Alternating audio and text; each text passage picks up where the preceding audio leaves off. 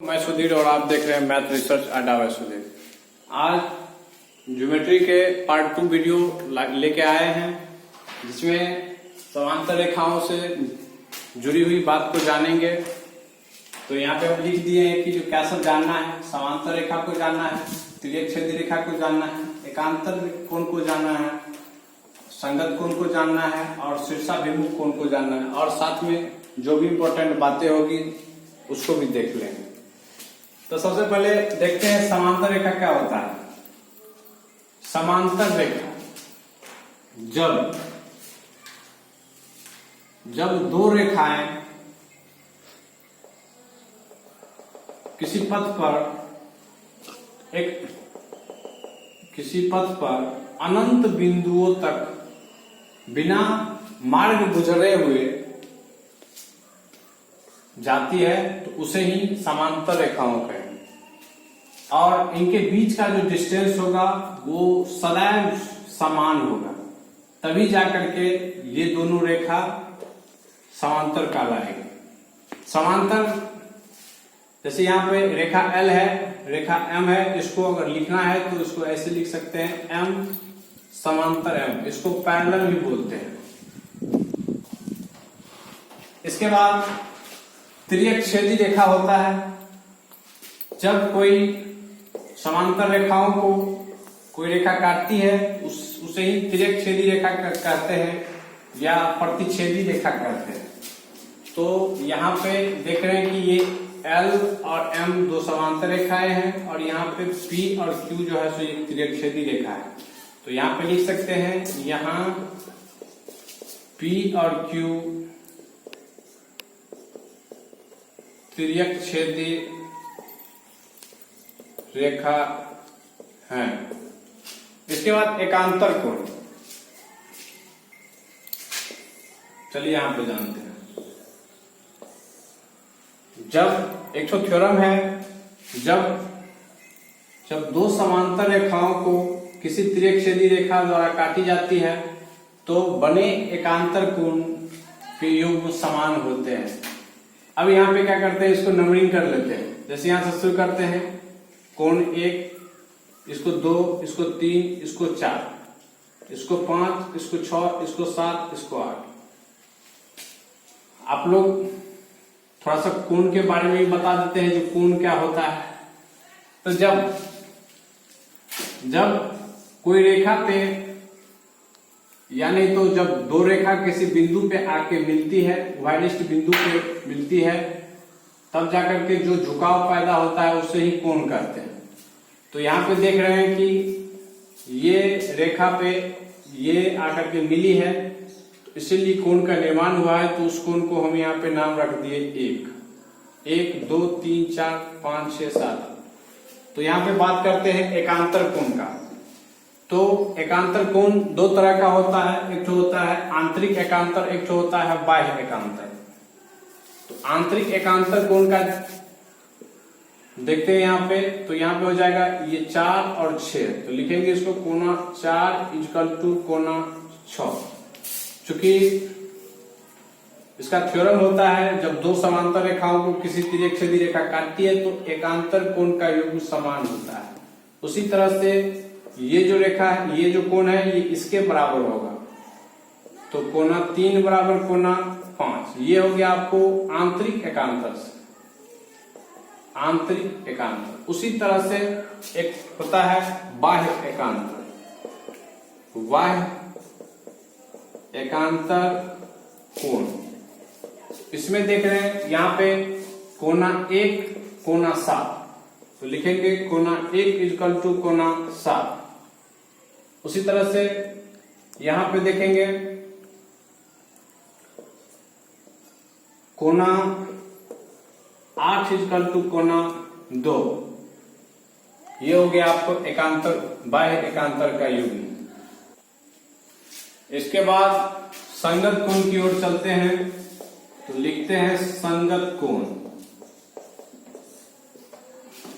इसका भी थ्योरम होता है, जब दो समांतर रेखाओं को कोई तिर्यक-छेदी रेखा काटती है तो संगत कोण के युग्म समान होते हैं। तो यहाँ पे देखेंगे कि संगत कोण कौन कौन का युग्म है इसका। तो यहाँ पे देख रहे हैं कि ये कोना 2 इक्वल टू कोना 6, तो इसको लिखेंगे कोना 2 इक्वल टू कोना 6। इसके बाद कोण 3 इक्वल टू कोण 7। फिर इस तरह देखेंगे तो ये हो जाएगा 1 हो जाएगा 5 के बराबर, कोना 1 इक्वल टू कोना 5। इसके बाद ये 4 8 के बराबर, तो कोना 4 इक्वल टू कोना 8। ये आप लोग को ध्यान में रखना है। इससे जब यहाँ पे मान लेते हैं कि ये 50 डिग्री है, ये 50 डिग्री दिया रहेगा, आपको कहेगा कि ये कोण निकालने के लिए, तो वहां से हम लोग अगर ये चीज को जानते रहेंगे तो डायरेक्ट संगत कोण के युग्म समान होते हैं। ये थ्योरम से ये कोण 50 डिग्री तो ये कोण भी 50 डिग्री हो जाएगा। तो वो जब क्वेश्चन बनाएंगे तब जाकर के ये डिटेल्स में समझ में आएगा। इसी के साथ आगे बढ़ते हैं। अब नेक्स्ट बात की ओर चलते हैं। अगला बात है आपका, जब दो समांतर रेखाओं को कोई तिर्यकछेदी रेखा काटती है तो एक ही ओर के बना अंतःकोण, यानी ये कोण और ये कोण का युग्म जो होगा तो उसको लिखेंगे। मान लेते हैं यहाँ पे 1 ये 2, तो लिखेंगे कोना 1 प्लस कोना 2 इक्वल टू 180 डिग्री, यानी ये दोनों मिलाकर के 180 डिग्री होता है। उसी तरह से यहाँ पे अगर 3 इसको मान लेते हैं, इसको 4 मान लेंगे, तो ये कोना 3 प्लस कोना 4 इक्वल टू 180 डिग्री। इसके बाद शीर्षाभिमुख कोण के कुछ गुण। अब शीर्षाभिमुख कोण के बारे में जानते हैं थोड़ा सा। शीर्षाभिमुख कोण, देखिए जब दो रेखा आपस में एक दूसरे को काटती है तब बना कोण यानी सामने का कोण, उसको ये यानी ये कोण और ये कोण क्या होगा, शीर्षाभिमुख कोण कहलाएगा। तो यहाँ पे लिख लेते हैं इसका नाम 1 2 3 4। तो यहाँ पे लिख देंगे कोना 1 इक्वल टू कोना 3 और कोना 2 इक्वल टू कोना 4। तो ये जो है सो आपका ये हो गया शीर्षाभिमुख कोण। इसको ध्यान में रखना है। जब कभी भी सवाल बनाएंगे, मान लीजिए ये है, आपको ये कोण पता चल गया कि ये 150 डिग्री है, कहेगा ये कोण निकालने के लिए, तो डायरेक्ट क्या करेंगे, क्योंकि ये कोण और ये कोण शीर्षाभिमुख कोण से समान होता है, इसीलिए ये 150 होगा, तो ये भी क्या होगा, ये भी 150 डिग्री होगा। तो इसको ध्यान रखें। इसी के साथ आगे बढ़ते हैं। इसके बाद 2 इंपॉर्टेंट पॉइंट है, पूरक कोण और संपूरक कोण। इससे भी क्वेश्चन पूछा जाता है। जैसे कहेगा कि मान लेते हैं ये कोण 60 डिग्री है, इसका कहेगा कि पूरक कोण निकालने के लिए।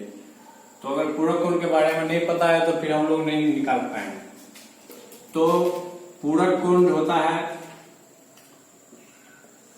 किसी दो कोण का योग 90 डिग्री, यानी यही पूरक कोण कहलाता है। मान लेते हैं एक तो अल्फा है, अल्फा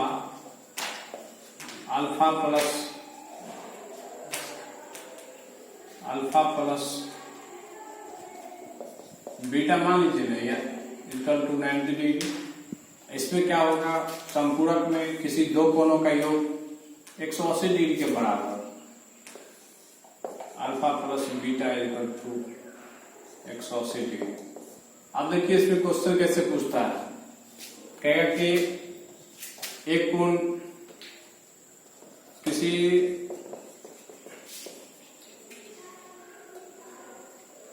मान लेते हैं कि जो एक कोण जो है सो 120 डिग्री है, इसका कहेगा आपको संपूरक कोण कितना होगा। तो यहाँ पे देख रहे हैं कि ये एक कोण 20 डिग्री दिया हुआ है, तो उसका संपूरक कोण यानी 180 माइनस 120 होगा, तो ये हो जाएगा आपको 60 डिग्री। इसको डिटेल्स में जानेंगे जब क्वेश्चन पढ़ेंगे, तब क्वेश्चन आता है, एक क्वेश्चन सब रहेगा, वहां पे इसको देखेंगे। इसी के साथ ये बेसिक इंट्रोडक्शन था। अगर आप लोग को अच्छा लगे तो सब्सक्राइब कीजिए, बेल आइकन को दबाइए और शेयर करना ना भूलिए। थोड़ा आप लोग का सहयोग से ही इस चैनल को आगे बढ़ाया जा सकता है, तो आप लोग इसको जरूर शेयर कीजिए, सब्सक्राइब कीजिए और लाइक कीजिए।